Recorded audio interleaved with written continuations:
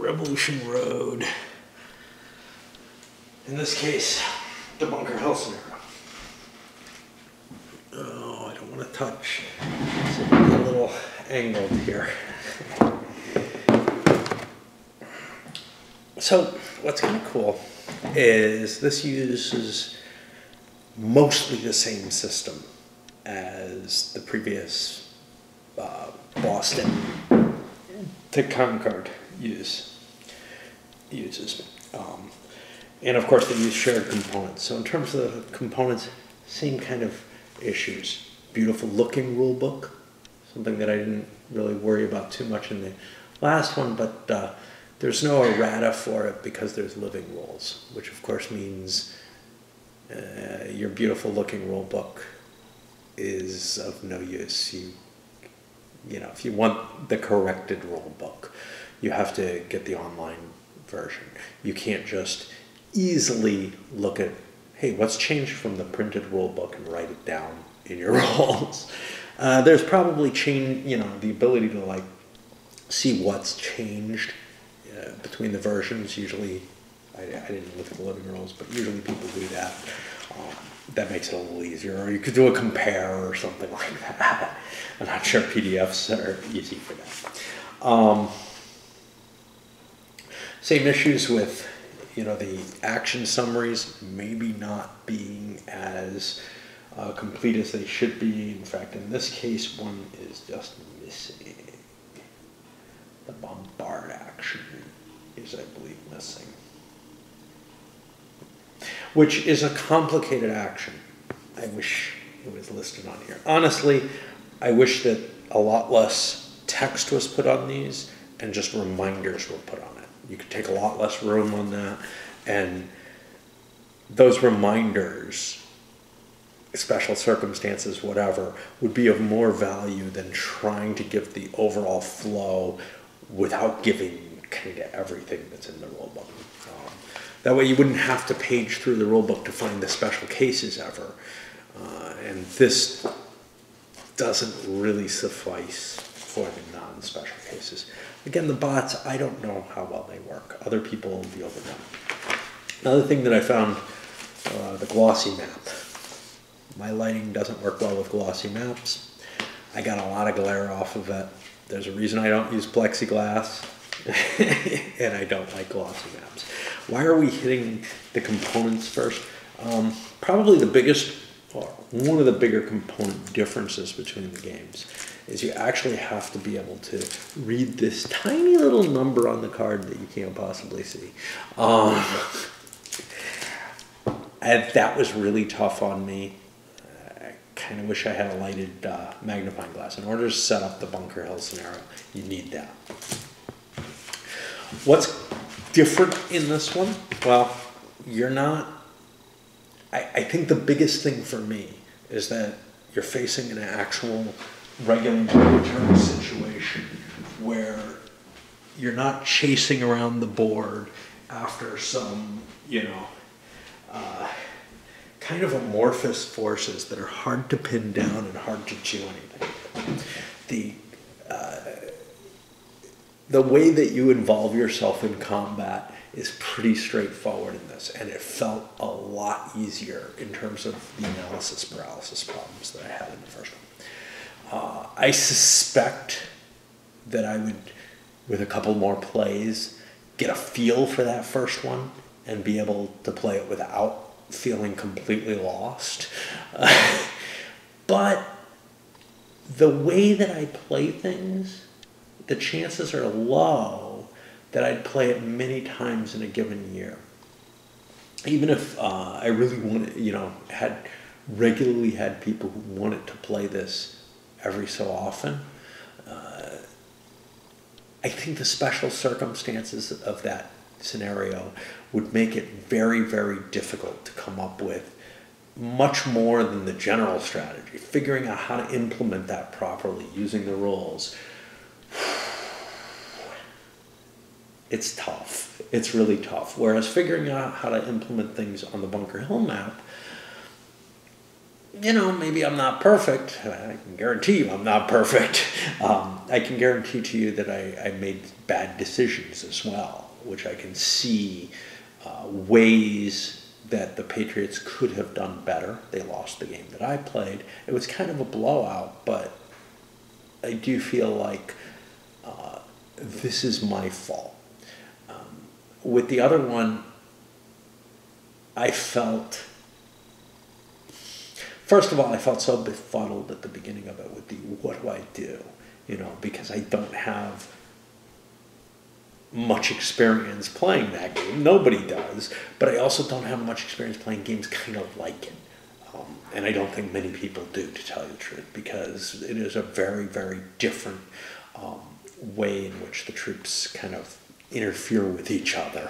Whereas in this one, it feels much closer to a normal military situation, an assault on hills. Hey, I can block the enemy, and I kind of understand how. I'm not playing with these weird little chits. I'm not playing as much making decisions between the assaults and the snipes and all these different things that seem like tools that they're all a little different, but in terms of overall effect, it was hard to figure out, what was most beneficial at any given point, and most of them were counterable. So one way or another, you get hit, well, you rally. Yeah, you get blocked, well, you pay it off. That felt kind of strange to me in a way that I didn't really like it. But in this, I felt like I was fighting an actual normal assault. What's weird about it? Was there anything that kind of grated? Again, I had trouble with the rule book formatting and with some ambiguities, which probably are getting cleaned up over at the living rolls. But again, no errata to really just point you to the few things that really needed it. Okay, the setup rules.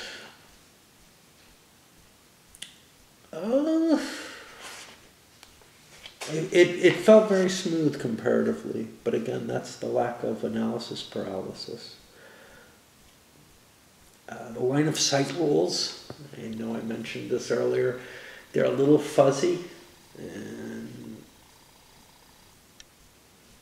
maybe require a bit of interpretation, which is why there's, for the first time, normally with hex games, you look at it and you can just say, well, it either is or isn't.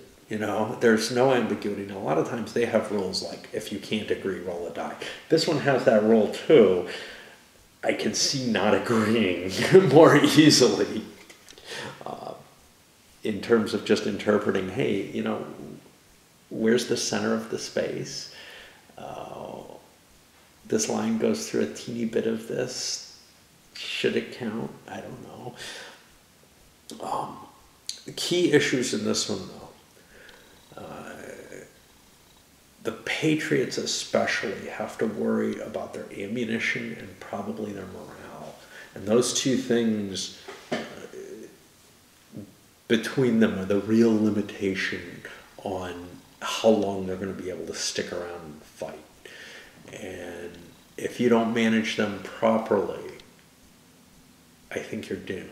I think they're the harder side to play. Although the British have this really tough situation of basically a giant roadblock at the beginning, from really close to the beginning of the game onward. And this traffic jam makes it very difficult for them to do everything that they want. You still have this limitation of how many points you have to operate with. And sometimes you're like, well, it'll take me a couple of points to move a unit up and do a volley fire. Maybe I'll just fire my artillery. And yeah, you've got a lot of different options still to create points. It's just, they seem clearer to me, maybe just because I'm more familiar with the military side of things. Maybe if you weren't used to war games and you were looking at the Bunker Hill scenario, you would have the same, what do I do? Here I felt like, yeah, I want to burn the town, and I want to take the hills. Well, taking the hills, nah, I kind of don't want to do that. That's something that actually disturbs me a little bit with it. The terrain is less important, which means that the British forces probably don't want to do the frontal assault up Breed's Hill. They can certainly cause casualties the way I had the Patriots set up. Is there a better option? Maybe the Patriots should not be defending as far forward. Maybe they don't need to be defending anything but the redoubt and just kind of let the Brits break on that, or let them try to bypass it and cause problems if they do. That would be interesting, but certainly setting up a frontal line, it was more important to attack the weak spots in that line than to just march up the hill and get decimated, which maybe is reasonable. It's just that it doesn't create the historical situation, if that's the case. It doesn't give you that, but that might not give you much of an interesting options. You know, you don't have as many interesting opportunities to like maneuver around and stuff if all you're going to do is march up the hill. So it may not be a bad choice for a game side. It's just you're probably not going to see the historical. I would like to see a little bit more in terms of notes on the scenario and everything. Of course, to me, the solo rules are unimportant because it's not like there's hidden information or anything. There's no real problem with playing this solo as is, but a lot of people want the bots. The solo rules, the one thing that, again, it takes a lot of the interesting decisions out of your hands. The early part of the game is just gone. You end up playing the end of the game instead. With the ammo, the really hard decision is, you know, do you take defensive fire? Yeah. I mean, you don't want to get overrun. You really don't. But do you take the volley fires? You have a lot of opportunities for them as the Patriots early in the game. Are they going to help you or not? My impression at the beginning was, yeah, I don't want to take these. I'll wound Brits. I'll break a British unit, and then it'll get rallied. I don't get a lot of dice of damage when I fight. I was really terrified of only getting, 3 dice in fire, which would really suck at the redoubt where the terrain comes into play. I believe that it just says you don't get more than 3 dice and you lose your ammo. Yep, it doesn't say anything about the terrain always counting in, so you could be assaulted and those breastworks aren't going to help you because you have low ammo. So although if you were in the open, you might get the same number of dice, I guess what happens is the low ammo means that you jump out of the breastworks and fight or something. I don't know. And certainly you could make a little tweak to that and say, look, if you've got a terrain advantage, you've got a terrain advantage. It's not going to be affected by your ammunition. Probably be a reasonable thing to do to change aspects on it. The British could conceivably get demoralized. It's pretty hard. Like, I feel like where I lost British units, I kind of made a mistake. Obviously, historically though, they got slaughtered, yet still took the terrain. So both sides could kind of declare a sort of victory. But in game terms, the Colonials won in a big way, So yeah, I mean, it gives you an interesting military situation that you get to play out. It probably, you would not play the historical attack. So then the question becomes, okay, well, if I'm not kind of forced to do that at all, if I don't have any real inclination towards that in terms of the game victory conditions, fine, you know. It's just, that always kind of disturbs me. I feel like the game should kind of do a better job of representing the mindset of the commanders and why they're doing what they're doing. You could make an argument that, you know, attrition was the main goal here. If that's the case, if it wasn't, must take these hills as quickly as possible, then yeah, the game starts to represent more. I have the feeling that trying to be clever, trying to outmaneuver the enemy, etc., it should come with a cost that is represented in the victory points. Yeah. Just in terms of the cost of overcoming maybe your arrogance, you know, or whatever. It should just be there. Because certainly there was a degree of, yeah, well, we don't need to use clever tactics or anything. We'll just overrun these scum. Yeah.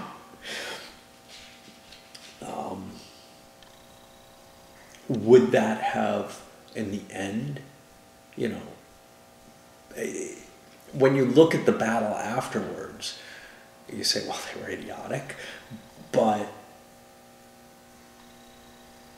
it's not always the afterwards that matters. It's also the goals of the battle itself, whatever they were, that should be taken into account. And I'm never sure what you should do with the idiot commander. You know, I would think that the game probably should still be winnable in either way, but maybe be a little harder for the Brits to win if they tried to do the historical. And so still nobody would do it. But as it is, I think that it's just suicide. Anyway, I don't know. Just trying to see if there's anything else. I mean, there are other neat options that open it up even more, like the optional British landing zones, where, you know, you could come in from behind. Wow, that really changes the game, like seriously. The Brits had an easy enough time there. But of course, making the redoubt stronger also changes the lot. Giving the Patriots the extra ammo options where they can spend additional ammo for better dice chances. That means if you hoard your ammo, at the end you could use it and maybe score a little bit better. Hoarding the ammo didn't turn out to be a very wise choice in the game. But yeah, I guess sort of my biggest, you know, my own personal sort of why I'm not, oh wow, this was fantastic, is really because I do like the kind of situation that it is. I really do. And I thought it was kind of fun to you know, the decisions that I was making and trying to attack, etc. One of the problems, though, is the same kind of problem I get with, say, playing an ASL scenario, which is this, I don't know, as the end's coming, it feels like it came a little too soon. It feels like I haven't invested enough. Basically, I invested a lot into learning this kind of new system, etc. But I don't have to invest very much into playing the game, which of course made it easy to restart when I realized I had, you know, screwed up my setup and my initial couple turns because I didn't really understand the rules on the stacking until I read a particular question. Things have just not been sinking in for me very well. The brain is dying. But I think it's doing what it's trying to do, minus a couple of rules issues that I'm sure are getting cleaned up in the living rules. It just would help a great deal if, like, and it's not like it requires a whole rewrite or anything. It requires you to pencil in a few things, but errata is designed for that. And it can be used in conjunction with the living rules if you want. It just, there should be a change log of some sort, something that's distilled from the changes and says, if you have this addition, this is what you need to change in your physical rule book. Because otherwise, games should stop coming with a physical rule book. And I'll not buy them unless they're really, incredibly desirable to me. I like the physical rule book, and it doesn't make a lot of sense to me to be trying to match it, to find where the changes are and line them in, when that could just be done perfectly easily with old style errata that could be generated from a diff between the original version of the rules and whatever the living rules are. Anyway,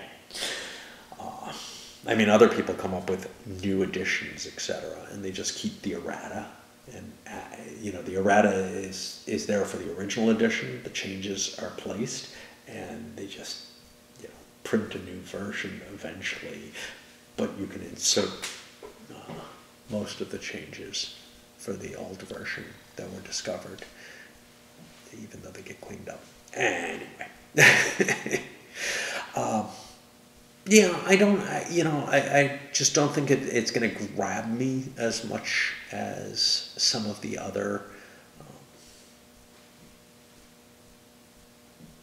as much as a Siege game would, but it's not a Siege game. It's a battle. It's a battle that feels like a Siege assault, basically. And, given that limited scope, I do think it's doing what it tries to do. I think the other one is too. I'm just not, I'm so befuddled by how it started out, and then when I started to realize what I couldn't do towards the end of the game, and didn't really understand the why I couldn't do it during play. Like, it wasn't, the Bunker Hill unfolded in a way that I kind of see what happened. The Lexington, or the Boston to Concord, I was just kind of scratching my head throughout, which, I didn't really understand how to leverage my force. Now, I'm not sure that I had a real feel for, I still don't feel like I could see a way of stopping the Brits, but that may just be a failure of imagination on my part. The designers came back with, hey, maybe you should have attacked more with the Patriots. Maybe. I didn't really feel like, that just didn't feel like it was what I was supposed to do. I felt like I was supposed to get in the Brits' way, and they were supposed to be the ones who opened fire for whatever reason. But with this one, it kind of laid out and made sense as a story to me. And that's not to say that there were no hard decisions. There were plenty of decisions where it could have gone many different ways, where I couldn't be sure which one was the better choice. But I could kind of understand and be... It looks like my battery died unexpectedly. But I could kind of understand and be fairly certain that... that the choices were approximately equal. I could see the odds of hitting something, for example. That was often the choice. Do I fire here, or do I take twice as many actions to position units and fire? And I could kind of see what the damage would be, what my positional setup would be, and what the likely effects of all that would be. And then I might have made poor decisions. I might have misestimated, what was going to be terribly important, but not to the degree where I just, was sitting there saying, I really don't know, should I be plinking someone? Should I be trying to move forces to get in the way? Where should I be putting things? That I felt in the Boston to Concord, especially with the Patriots. It felt very, very difficult. One of the reasons is that it's fairly easy to get away from combat in that. Although the Patriots are a little better at stopping the Brits than the Brits are at stopping the Patriots, which maybe didn't sink in understanding that. Anyway,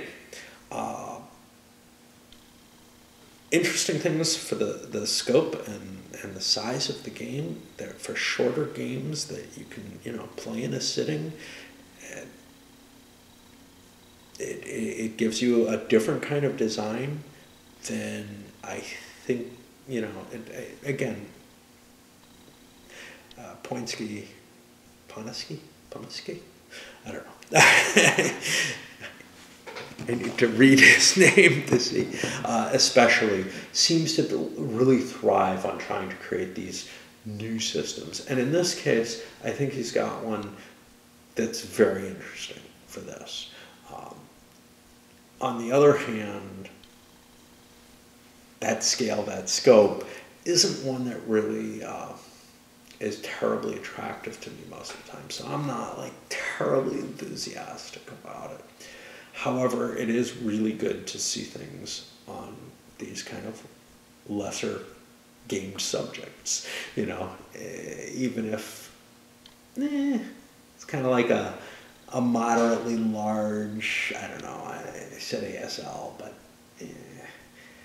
I guess they're fairly big ASL scenarios, but I'm thinking more like a Panzer Blitzer type scenario where, it might take you a fair size sitting to play, but you don't really have the time to really get invested in the game, in the detail and everything. And I don't know how much, either of these subjects really asks to be looked at in more detail. What's kind of cool is there's 2 games in it.